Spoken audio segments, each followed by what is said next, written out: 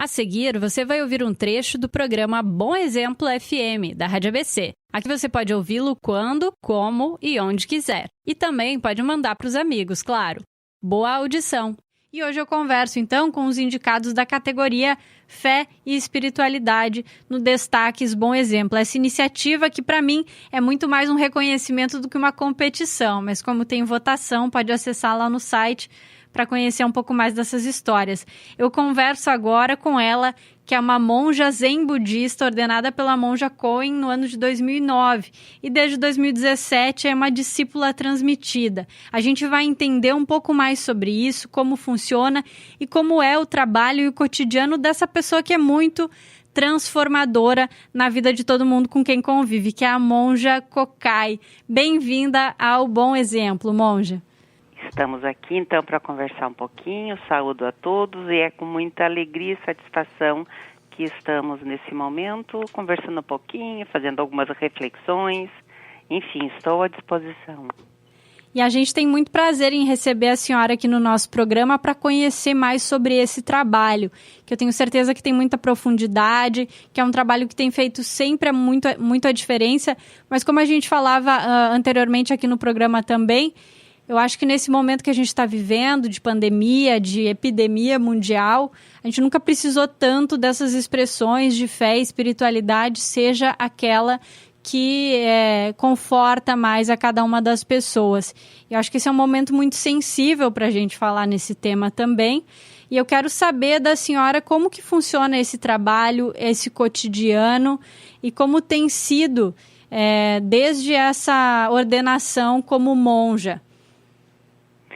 Então, Marina, tem sido realmente um divisor de águas na minha vida, né? Eu tive o primeiro contato com o Zen Budismo no ano de 2000, né? E foi no momento da minha vida, assim, que eu estava me separando, eu estava com 2 crianças pequenas, aí eu tinha 30 e poucos anos, comecei a sair, não gostei muito dessas saídas à noite, esse entretenimento nem sempre é muito saudável, no outro dia a gente não fica muito bem, e aí eu senti necessidade de ter um espaço, né, mais acolhedor e de convivência, onde eu pudesse também avançar espiritualmente. Foi um chamado, assim, né? E aí, através de uma amiga, eu fui fazer meditação num espaço zen. E aí encontrei de cara um mestre japonês e uma assistente que era uma monja alemã. Então, como eu sou de origem alemã, aí então a gente já logo teve afinidade, eu fui me vinculando a esse espaço, a essas pessoas, e apesar de ser muito difícil no início começar a fazer meditação, porque parece ser uma coisa tão simples, senta aí de frente para uma parede, né, mas tem muitos desafios, acontece muita coisa entre eu e a parede, né? Porque entre eu e a parede tem a mente humana, que é uma coisinha bem complexa, né? Então, muito. Assim... Não é nem uma coisinha, é tudo. Começa tudo. E termina na mente, né? E essa proximidade com esses aspectos de fé e espiritualidade, muitas vezes eles estão muito distantes da gente nessa realidade ocidental. A gente cultua o que é nosso, a gente enxerga o da gente. A gente aqui, infelizmente, no Brasil e na nossa região também, a gente tem muitas expressões de discriminação religiosa também. Como que é trazer ou viver esse estilo de fé e espiritualidade, esse segmento, enfim, desculpa se estou chamando aqui da maneira equivocada, aqui na nossa região que tem tantas tradições enraizadas?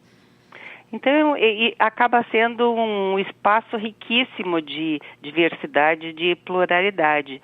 Só que quando há muita diversidade, a gente também tem que acompanhar, nossa mente tem que acompanhar isso, ela tem que ter abertura para conviver pacificamente e respeitosamente com todas as tradições espirituais.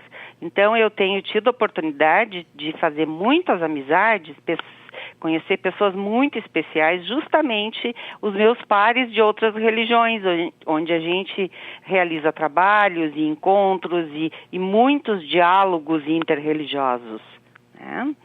Então, a gente sabe que tem religiões, principalmente as religiões afrodescendentes, que só sofrem muita perseguição.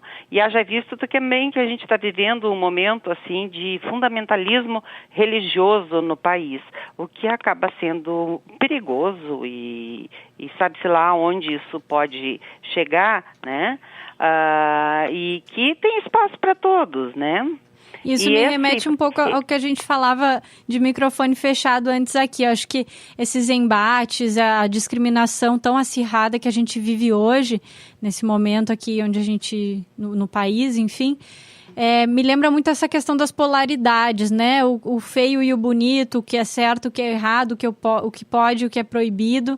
E aí a senhora comentava comigo que esse é um dos aspectos bem importantes no budismo. Fala um pouco pra gente sobre isso, como que o budismo muitas vezes está na nossa vida sem a gente perceber a sua presença. Sim, veja bem, isso é transcender a dualidade. O budismo, um dos principais ensinamentos e um dos principais...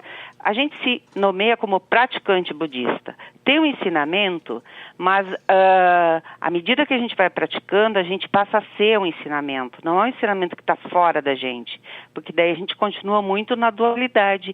Eu e o objeto. Né? Então é fusionar, fazer com que esse objeto que eu tanto quero aprender, que eu me torne esse ensinamento. Então, nesse sentido, a gente transcende essas dualidades do bom e do ruim, gosto, não gosto, a gente faz o que tem que ser feito, a gente procura desenvolver essa transcendência, né? Inclusive também em relação a outras religiões, né? Que todas lá se a gente consegue compreender mais em profundidade o que a mensagem de cada, de cada religião quer transmitir, geralmente elas lá no fundo são todas muito parecidas. Querem transmitir compaixão, inclusão, amor ao próximo, acolhimento, né? E cada um expressa isso e manifesta isso de acordo com uma ritualística, de acordo com algum jeito. Só que no budismo isso é muito importante, não ter juízo de valor, né? Evitar preconceito. Isso vai facilitando a entrada e o nosso fluir com tudo e com todos. E isso faz com que o budismo se adapte muito bem em qualquer cultura. E ele vem ainda se espraiando no mundo, porque começou lá na Índia, aí foi atravessando fronteiras, foi para toda a Ásia, foi para a China, foi para o Nepal, foi para o Japão, foi para Vietnã, Coreia, né? E aí foi para a Europa, aí foi para os Estados Unidos e agora está no Brasil. Então, isso facilita com que ele funciona mais ou menos como água, ele vai se adaptando, né, por esse olhar de inclusão, e é um olhar que a gente, à medida que vai praticando, a gente vai ampliando a nossa mente e a nossa consciência, até que a gente consegue transcender o nosso próprio eguinho pequeno, que quer muito, quer que a coisa seja do seu jeito, que fica defendendo essas ideias, eu penso assim, eu sou assim, né? Abra mão disso, que você consegue colocar o mundo inteiro, se colocar no mundo inteiro, né? E essa é a experiência mística de todas as tradições religiosas, estar integrado com o uno, com o universo, com o sagrado. E aí a gente vai trazendo esse olhar para as coisas do nosso dia a dia, que é isso que importa mesmo, que a gente vive o dia a dia, que a gente tem que trabalhar, tem que se virar, tem que ter o seu sustento, tem que ter uma profissão, tem que conviver com as pessoas, a gente convive com pessoas que a gente gosta, a gente convive com pessoas que a gente não gosta, a gente tem projetos que fracassam, né? A gente não precisa fracassar junto. Então é também desenvolver sabedoria nessa vida. Ferramentas para lidar com essas situações todas, o que me lembra também muito da psicologia, né? Da prática da psicologia clínica, que também a senhora trabalha com isso. Como que é associar uma coisa com a outra? A gente falava agora em trabalho também. E se tem, assim, a curiosidade minha, se tem a ver com o Centro Budista Zendô do Vale dos Sinos ou se são trabalhos que acontecem separados. Se é que dá para separar essas coisas, né?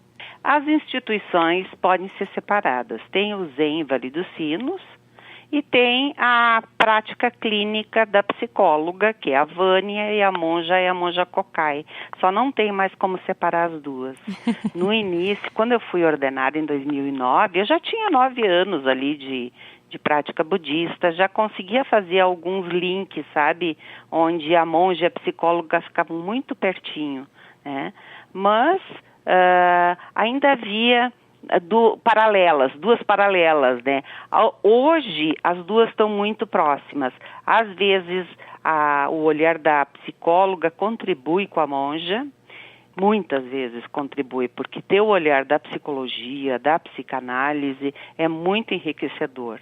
E ao mesmo tempo a psicóloga tem a contribuição dos ensinamentos budistas, que também não é pouca coisa, sabe? Então eu me sinto realmente afortunada, e também porque eu consigo desenvolver e seguir aprendendo coisas que não se chocam entre si, que não são antagônicas, que convivem pacificamente, às vezes numa fluidez que é muito única, né? Então, isso é um conforto para mim, porque eu consigo ser uma boa psicóloga sendo uma boa monja budista, e eu consigo ser uma boa monja budista, oferecer um trabalho, oferecer algo realmente útil e importante para a sociedade, né? Para quem quiser, para quem tiver o coração aberto para receber, porque eu também não sou dona da verdade, né? Então é só ganho, não é fragmentar, é só somar mesmo, né? É somar. Essas personalidades, essas esferas. E antes da gente se despedir, quero saber como que é para a senhora estar nessa iniciativa, no Destaques Bom Exemplo, junto com os outros parceiros indicados, o pastor Mauros e o nosso amigo Paulo Ribeiro, infelizmente, que faleceu durante a votação, durante o processo. Vai ter uma homenagem póstuma, então, a ele? Isso, ele segue na nossa iniciativa, sendo homenageado, mesmo que em memória, né? Porque para nós é muito especial também a gente poder lembrar do nome e da trajetória dele. Quero saber da senhora, monja, como é essa indicação, como é participar dessa iniciativa aqui do Bom Exemplo? Eu me sentia mais bela prenda, fazendo campanha. Faltou só a florzinha no cabelo para ficar a prenda completa, né? Isso aí, Né? Não, eu acho que é uma iniciativa importante, dá um pouco de visibilidade, né, em todos os setores da sociedade, né? E esse setor também é um setor que tem tanto a contribuir. E eu tenho um postulado da psicologia social e de grupos que diz que quando essa teoria é muito solicitada, é porque a situação não está boa, o tecido social está com sofrimento, com rupturas, e enfim, né? E eu acho que os religiosos também estão sendo muito solicitados, né? Porque tem um tecido social que as pessoas estão sofrendo, sabe? Estão atrapalhadas, estão confusas, quando não, desesperadas e com fome, né? Então, eu acho que o papel dos religiosos faz um contraponto importante, porque numa sociedade que está tão competitiva, individualista, onde muitas vezes o dinheiro qualquer coisa pelo dinheiro, né? Os religiosos ainda eles conseguem convocar e fazer o contraponto no sentido de contribuir com mais reflexão. Vamos pensar nas pessoas e fica fazendo esse contraponto. Não é fácil quando é uma posição muito assertiva. Haja visto o padre Júlio Lancelotti em São Paulo, pode sofrer perseguição, né? Mas a gente está aí para botar a cara a tapa, né? E muitas vezes dá outra face.